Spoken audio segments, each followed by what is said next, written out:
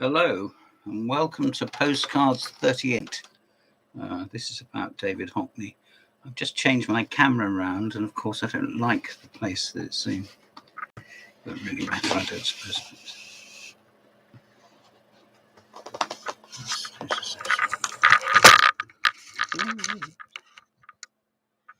Anyway, that was most unprofessional. But anyway, to talk about the English painter David Hockney. David Hockney was born in 1937, and his works have always pleased me very much.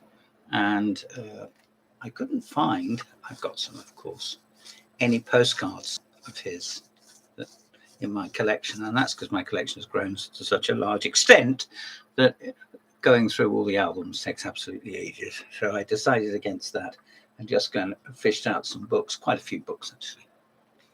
And here's the first of them. This is a book I bought in Brighton, and it is quite an old one. Let's see what it is. It was £5. It's called My Early Years. It's published by Thames and Hudson, and it was published originally in 1976, so that was going back a bit. And this is a 1988 edition. It talks about David, most remarkable autobiographical work any artist, scientist, or man of letters of his generation has written. Well, if you believe that, you believe anything, but maybe so. Now, how could we go even one step into the book without finding a swimming pool and splash? There we are, splash. One of these sold for 70 million recently.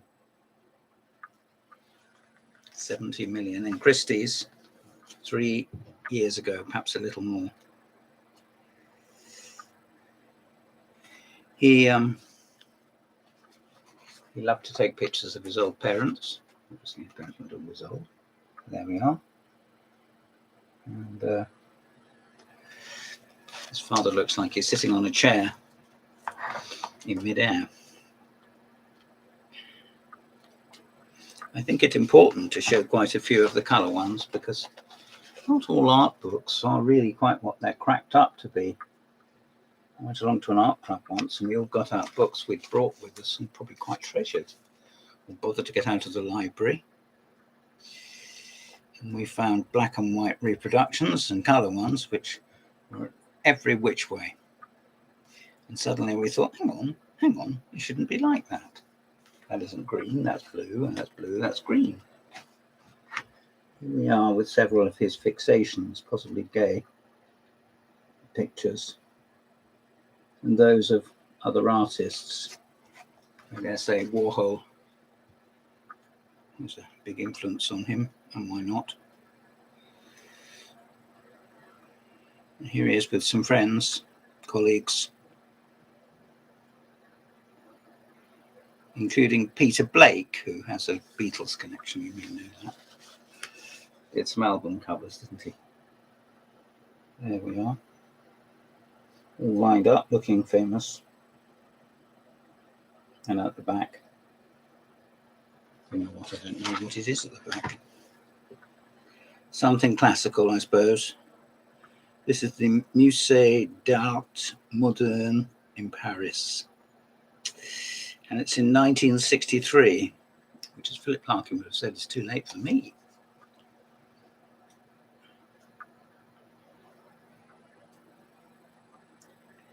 Here he is as a very young man, looking abstracted and distracted, but above all, a picture of concentration. And he's always worn these round glasses, which I quite like too. And here's his school reports being reproduced, and some cartoons. Dear Mr. Hockney, David's form master and those who teach him have considered his future and think it worthwhile my writing to you. Suggest his ability and appears to be artistic side. He might transfer before long to a school of art and there prepare himself for a career in some branch of drawing or painting. Should like to know what you think of this suggestion, and if you approve of it, at what age are you thinking he should turn over to more specialized form of education? And this letter was written in 1950 from Bradford Grammar to David's parents, or rather David's dad. Here he is as a little boy with the old Wolf Cup salute, the two fingers. It became three like the Scouts latterly, but in that era it was two fingers. And no, I'm not making a joke.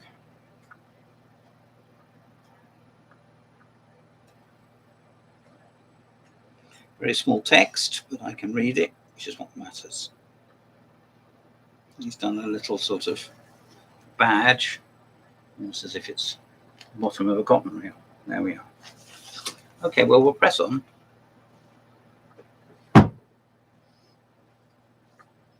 This is a little flyer for something I went to. A bigger picture. Trouble with David Hockney's exhibitions, and many like them, is they're so expensive. If you cost them out in terms of what it is to get there and have a bite to eat, and how much it is to get in, it almost puts you off. Showcasing the first major display in the UK of landscapes. So yes, he did this of his beloved Yorkshire. I can show you some examples, thanks to, and I think it's important to stress this, a very, very old friend of mine, Mr. Mark James from South Warnborough, who was kind enough to lend me a book about David Hockney, which we'll come to in a minute. Anyway, that's the flyer for it. And this is the book. It is called A Bigger Picture. I think it was whilst he was doing this, and Hockney is self-deprecatory at the best of times, that somebody didn't recognize him as a world famous artist and came up to him and said, sort of, could you paint my pub? And there's a few quid in it for you, a backhand, a backhand esquire. And Hockney loved it. And in fact, it's a pity he didn't do it, but I don't think perhaps he could have found the time, and he probably would have been too much. But anyway, here we are with various pictures. It's almost verging into becoming Gilbert and George. You might not like me saying that. Hockney's a lot more principled than Gilbert and George. But there we are. There's some. This is called Hawthorn Blossom. There we are. There's no splashes, no mum and dad, no gay influence, no Campbell's soup. Here we are. Let's not tarry. Look. Now, come on, that's lovely. Come on. But would you pay $70 million for it? Well, you might if you were round the twist. And here we are with various pictures. I've just noticed this is something my cousin sent me.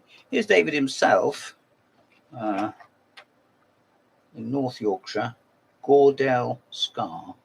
Picture taken 15 years ago or thereabouts.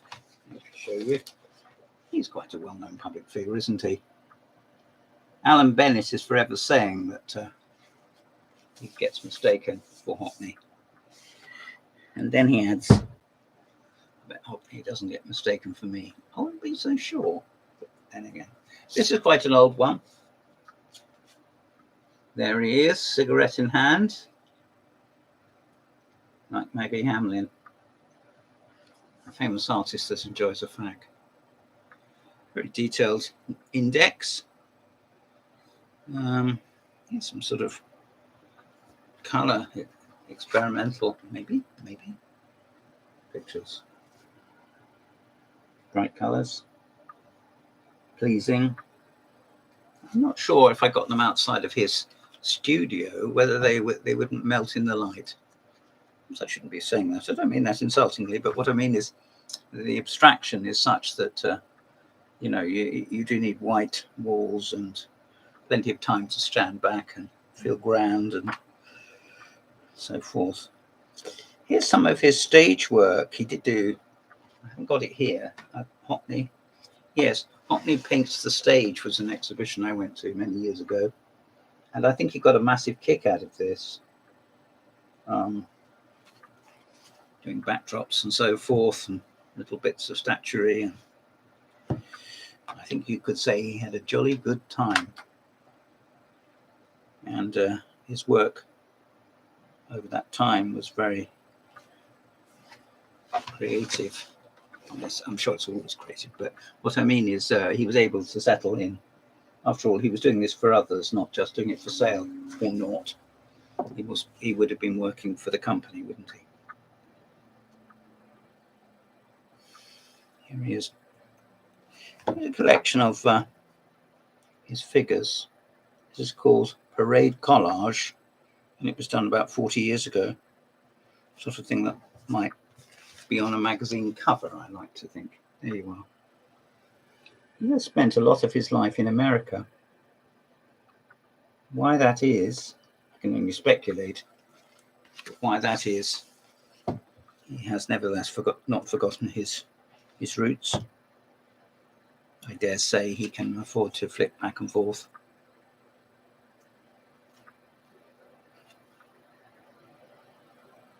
This is a painted floor. I'd like to get excited and say this looks like a chessboard, but I'm not sure that really is a chessboard. It's more likely just white and black squares, isn't it? White and black squares. It shows some of his older work. Here he is with the Pope. Divine, 1979. People get very excited about pictures of the Pope with Francis Bacon and things. The screaming Pope and the Catholic Pope. I can't remember what their names are. Anyway, I'll show you, but I really don't think it's going to be blow your socks off. There we are. If you were a great David Hockney fan and maybe a Catholic, maybe you'd like a print of that. He was on the radio some time ago and he was talking openly as he does. And he said it was a pity that his prints were so expensive that people who really genuinely would have liked them couldn't buy them because they were just too expensive, £100 or something. Here is more of his stage work. The distinctive Hockney cross hatching and the colours he likes to use. Somebody said of him that he's happiest using wax crayons. He's put in a little picture. Here he is. He quoted something which he put on a painting, which was Napoleon. By the time he was 30, Napoleon had conquered 3 empires and been crowned Emperor of the French. And then he put underneath, I'm 27 and wear glasses. Here's something, obviously, homage to much earlier work. Not by Bruegel, but I can't think who it is. But anyway, messing about with perspective. You can see the man with the fishing rod and the bridge beyond. And he's cut it back, hasn't he? So there's a little dog with him on the green and some pots falling over. But basically, and some trees up here with this all-important shadow being cast. But basically, he's pared it down and pared it down in order to make his point. And his point is, quite frankly, he enjoyed himself. And I think here's the original, or one of the originals, and this is by Hogarth, taken, or rather painted in 1754. I'll just show you the original. It's obviously there. I dare say it's one of many, exploring the same theme, masters though they both are. Masters.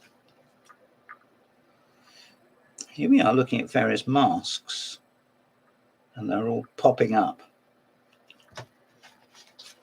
The art here, not later, reminds me of a New York-based artist. Don't even know if he's still alive. Saul Steinberg. Saul Steinberg had the temerity to live in a block of flats, and somebody rang up and said, no, he rang because he spotted there was another Saul Steinberg in the same block of flats, and said, are you the Saul Steinberg? And he said, no, I'm not. And at that point, the artist Steinberg put down the phone. Here we have a double act.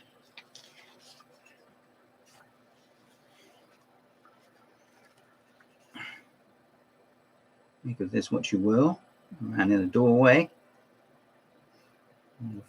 Formally dressed. Seated gentleman as well. This is George Lawson and Wayne Sleep. Oh, right, okay.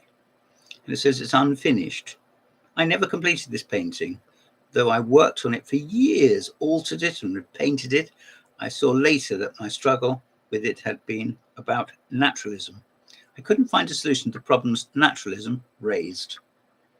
Well, if there's problems in this painting, there's also my delight. There we are, two guys. Even if it is incomplete, I'm sure it's worth a lot of money. I shouldn't be harping on about money continually, should I? He's done pictures of dogs. He's done pictures of trees. He's done pictures of splashing swimming pools. He has done, as I said, the stage. He's done stage work. He got bonkers on photocopiers, and he was similarly in love with fax machines, and he had some people send faxes from all over the world, and they had a party, and they all arrived, and he either coloured them in or glued them all together and had a riotous time. Here we go. I always like to say the spine, don't I? That's the way I see it. This is one of two books, and the other one I'm reading at the moment, so I haven't got it with me, but this is one of two books. I got it incredibly cheaply. I can't believe I got this for £6, and the other one I got for £5. And here's David the Rave on the back, wearing a jacket even I wouldn't have. I probably would have acquired it, and then when I came to wear it, would have lost my nerve.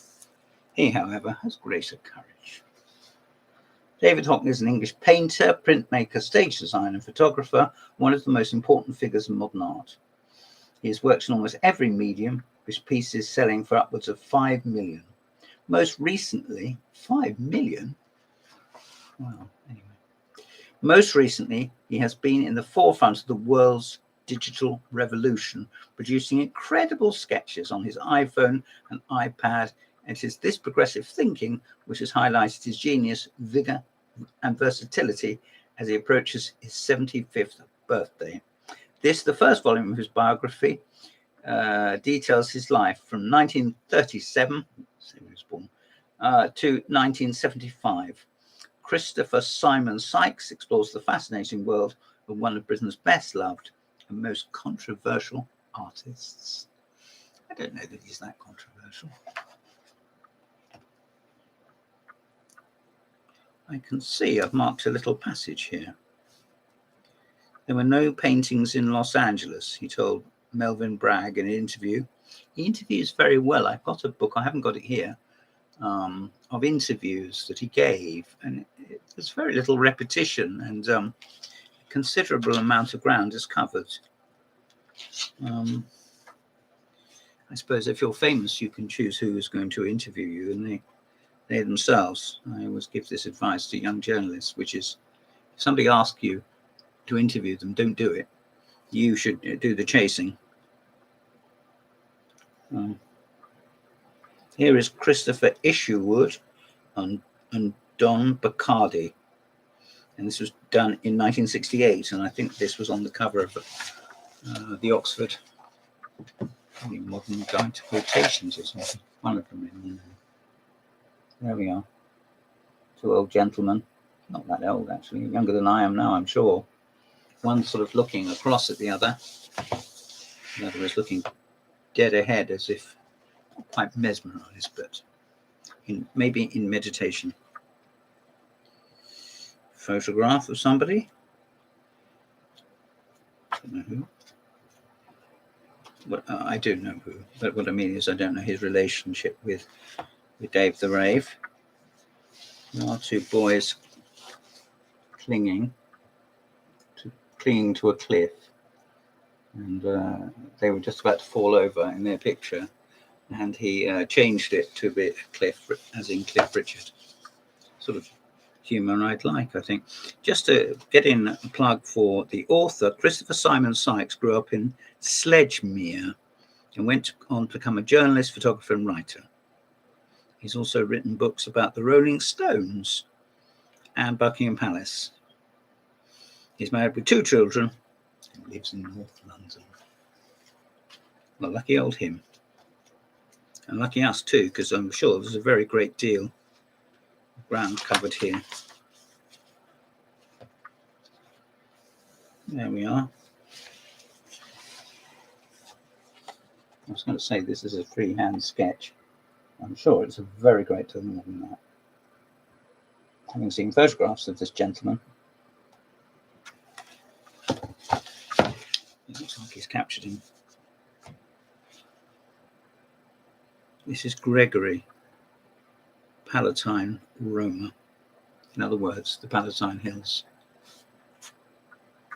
And it's taken in it was completed in 1974.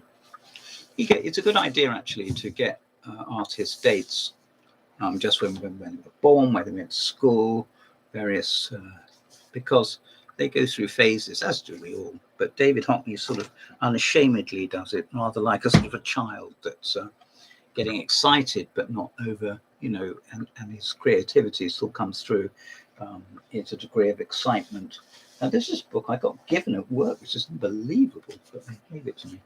Anyway, here we are. This is called David Hockney, a retrospective, and it encompasses probably all his work up to that point.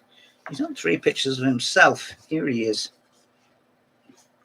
smoking, and with owl-like glasses, and also a flat cap.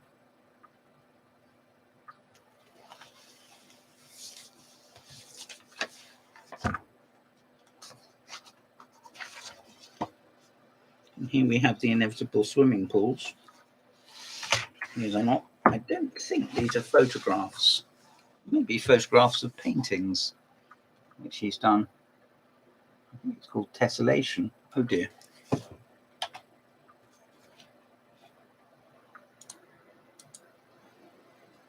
Oh. I'm going to have to end now because I don't know what's happened. I've lost my picture.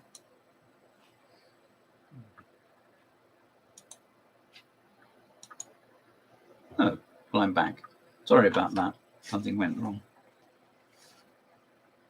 Anyway, there we are. Various squares emphasizing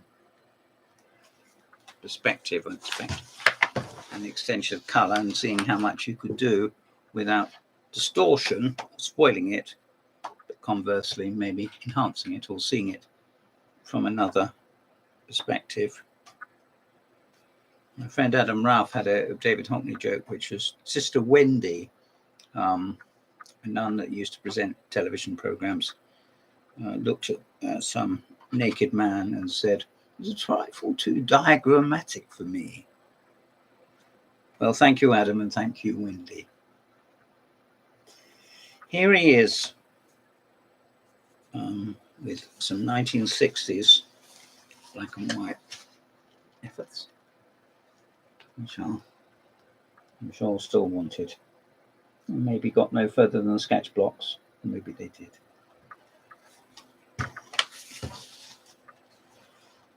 Unlike Picasso, I like to think he hasn't been pushed and pulled from behind, but as to that, I don't know all the details. If I read all these books, I look through them, and I do flick. I do look at them, of course I do.